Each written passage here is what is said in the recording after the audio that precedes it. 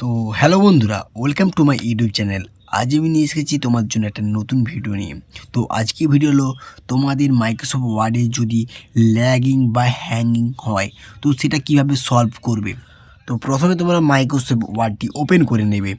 তো তোমাদেরকে আমি একটা ব্ল্যাঙ্ক ডকুমেন্টে গিয়ে একটা স্যাম্পল দেখে দিই কীভাবে তোমাদের ল্যাগ বা হ্যাঙ্গিং হয়। যদি সেরকমটি হয় তোমরা ভিডিওটি কন্টিনিউ করবে, যদি সেমন না হয় তো ভিডিওটি স্কিপ করে দেবে। তো ব্ল্যাঙ্ক ডকুমেন্ট নিয়ে দেখো আমার এইভাবে আস্তে আস্তে কাজ করছে। তো কাজ এখানে যদি আমি যদি আমার চ্যানেলের নামটা লিখি ব্লুটেক, তো দেখো আমি লিখছি ব্লুটেক, খুব ধীরে ধীরে লেখাটি হচ্ছে, খুব ফাস্ট লেখাটি হচ্ছে না। তো এটি সলভ করতে গেলে তোমাদেরকে প্রথমে ফাইল অপশানে ক্লিক করতে হবে।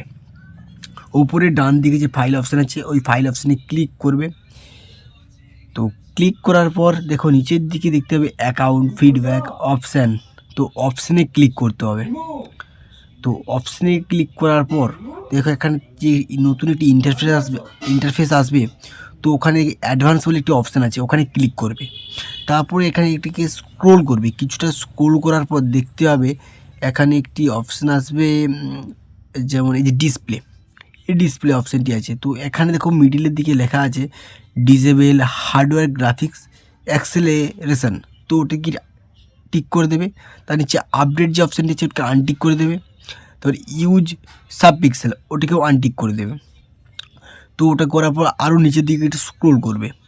তো নিচের দিকে একটু স্ক্রোল করার পর দেখতে পাবে তোমরা জেনারেলের একটি অপশান আছে। তো জেনারেল, তো ওখানে update automatic link add open, তো ওটাকে আনটিক করবে। তার নিচের দিকে দেখো শো অ্যাড অলওয়েজ ইউজ, তো ওগুলো যদি আমাদের টিক থাকে ওগুলোকে আনটিক করে দেবে। তো এবার এটিকে ওকে করে দেবে। তারপর এখানে অ্যাড ইনস বলে যে অপশানটি আছে ওখানে ক্লিক করবে, তারপর গোতে ক্লিক করবে। তারপর দেখো এখানে যদি কোনো অপশান থাকে অ্যাড ইনস অ্যাভেলেবেল, তো ওখানে সেটাকে ক্লিক করে রিমুভ করে দেবে। আরও অনেক অপশান থাকতে পারে, 3-4টে অনেক তোমাদের অপশান থাকতে পারে।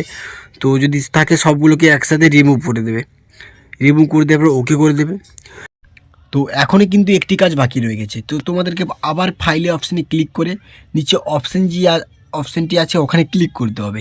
তো দেখো এখানে ট্রাস্ট সেন্টার বলে যে অপশানটি আছে ওখানে ক্লিক করবে। তারপর ট্রাস্ট সেন্টার সেটিং ওখানে ক্লিক করবে। ক্লিক করার পর দেখতে হবে ম্যাক্রো সেটিং আছে disable all macOS without notification, ওটাতে টিক করে ওকে করে দেবে। আবার ওকে করে দেবে। ওকে করে দেওয়ার পর তোমরা যে দেখতে পাবে এখানে যা লিখবো আমি সব ফার্স্ট লেখা আছে। তোমাদেরও এ টু জেড সব কিছু কাজ হবে, এখানে কোনো কিছু আর স্লো হবে না। এরপরেও যদি না হয় তোমরা তোমাদের ল্যাপটপ বা কম্পিউটারটাকে একবার শাটডাউন করে ওপেন করে দেখতে পারো, তাতে কিন্তু 100% হবে। তো এই ছিল আজকের ভিডিওটি ভালো হলে প্লিজ একটি লাইক, কমেন্ট আর সাবস্ক্রাইব করে দেবে।